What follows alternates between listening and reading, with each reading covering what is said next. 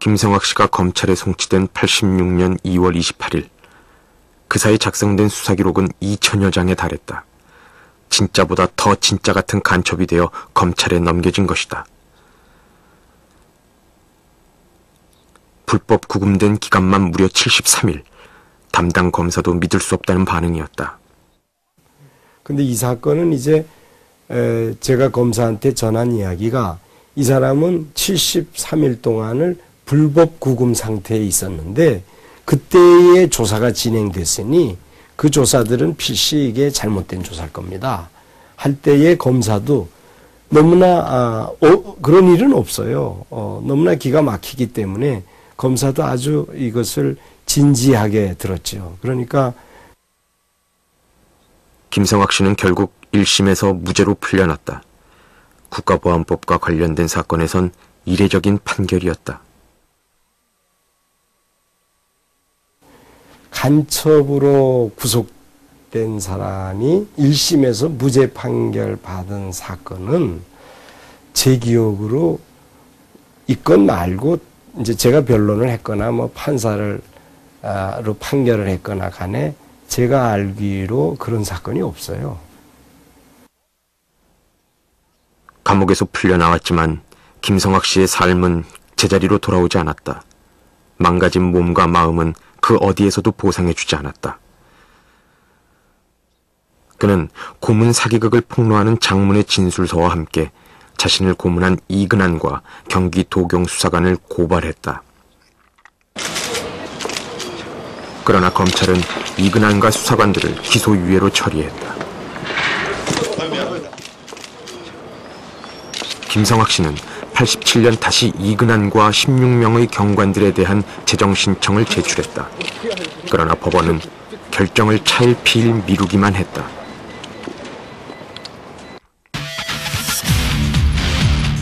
거기다 1년 뒤인 88년 겨울, 이근한이 돌연 잠적하면서 김성학 씨의 재정 신청은 사람들에게서 잊혀져 갔다. 그렇게 꼬박 10년이 흐른 뒤인 1998년.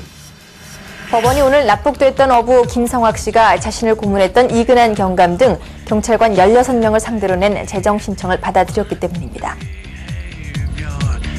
10월 28일, 법원은 11년 만에 김성학 씨의 재정 신청을 받아들였다. 공소시효는 다시 15년으로 크게 늘어났다. 그로부터 꼭 1년이 지난 99년 10월 28일, 이근한이 11년 도피 생활을 접고 자수를 했다. 심경을 좀 말씀해 주십시오. 죄송합니다. 마이크 넘어져갔어요. 다른 말씀을 하고 싶으신 게 없으십니까? 방송.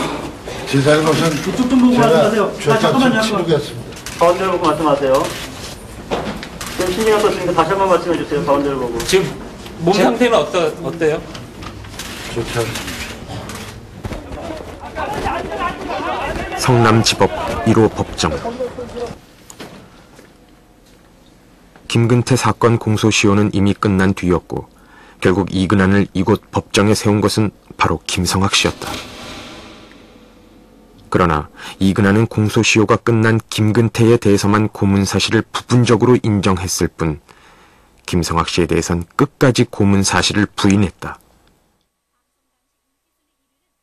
고문에 대해서는 뭐 끝까지 부인했는데 제 판단으로는 이근한이 나름대로 경찰 조직 내에서 총망받고 능력 있는 경찰관으로 한동안 날리던 사람이었는데 자기 입으로 실토하는 것이 동료 경찰관들이나 경찰 조직에 대해서 누가 된다는 그런 생각 때문에라도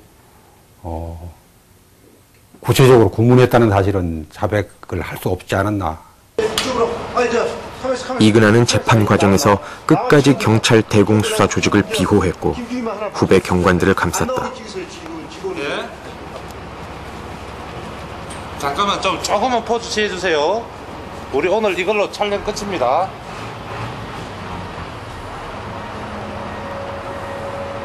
예? 고문과 도피 과정의 배후에 대해서도 전 치안감 박처원과의 관계만 일부분 공개했을 뿐 80년대 대공분실의 실체는 밝히질 않았다. 김성학 씨에 대한 고문 사실이 인정돼 7년형을 선고받은 이근하는 현재 5년째 복역 중이다. 그러나 정작 김성학 씨에겐 아무런 보상이 주어지지 않았다. 국가 배상 시효가 지나버린 것이다.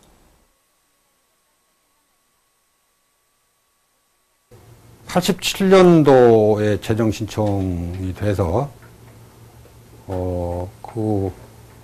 그 무렵에 그게 받아들였다면은 그 당시에는 국가배상도 충분히 청구할 수 있었고, 그러니까 경제적인 손해배상도 받을 수 있었을 것으로 판단되는데, 98년도에 재정 신청이 받아들여짐에 따라서 그때는 이미 국가배상 시효가 다 지난 상태였습니다. 이거는 무지한 사람을 위해서 법이 존재하는 것이 아니라 결국은 특정인을 위해서 이거 존재하는 거지. 특정인을 위해서 법이 존재하는 거지. 어떻게 무지한 사람을 위해서 이거 존재하는 거냐.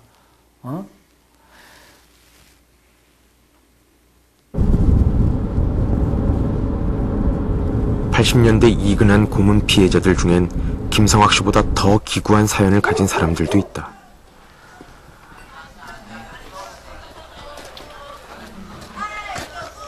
참전용사 팻말이 붙어있는 이장형 씨의 집. 이장형 씨는 15년 동안 감옥살이를 하다 지난 98년 광복절 특사 때 풀려났다.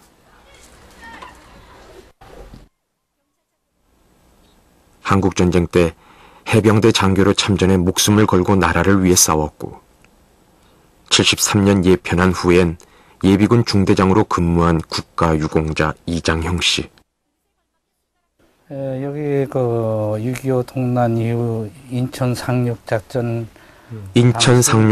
때 세운 공을 인정받아 국가로부터 충무무공 훈장까지 받았다. 그런 이장형 씨도 이근한에 의해 간첩이 됐다. 83년 사업차 일본 조총련계 숙부를 만나고 온 뒤 잡혀간 그는 이근한의 끔찍한 고문에 결국 허위 자백을 했다. 저희 집에 사람 말이야를 저와 같이 그 빨가벗겨 가지고서 이 노가 당한 것 같이 그 고문을 하겠다 이거예요. 그래서 제가 항복했죠. 당신 말 내가 순종하겠어. 아무거라도 말씀하시라고 내가 대답하려. 이근한은 그가 몰래 북한에 잠입해 밀봉 교육을 받은 간첩이라고 조작했고 재판부는 무기형을 선고했다. 이근한은 10년 도피 생활이 창살 없는 감옥이었다고 주장했지만 이장형 씨는 실제로 15년을 감방에서 살았다. 여기에 그때 전기 고문할 때 여기에 이렇게 꽂아놓고 하죠. 그러니까 여기가 죽었어요. 이거 저희 정맥이 이거 파열된 겁니다. 여자에는 98년 감옥에서 돌아왔지만 몸은 망가졌고 오랜 감옥 뒷바라지에 집안 살림은 바닥이 나 있었다. 이쪽에는 이제 죽었잖아요. 이쪽에는 그런 대로 이렇게 해서. 지난 7월 천주교 인권위원회의 도움으로 이장형 씨는 이근한을 검찰에 고소했지만 시효가 지났다는 답변이었다. 한때 참전용사로 국립묘지에 안장될 꿈도 꾸었던 이장형 씨는 간첩 혐의조차 벗지 못한 채 가난한 삶을 이어가고 있다. 현재까지 이근한의 수많은 고문 행적 중 그나마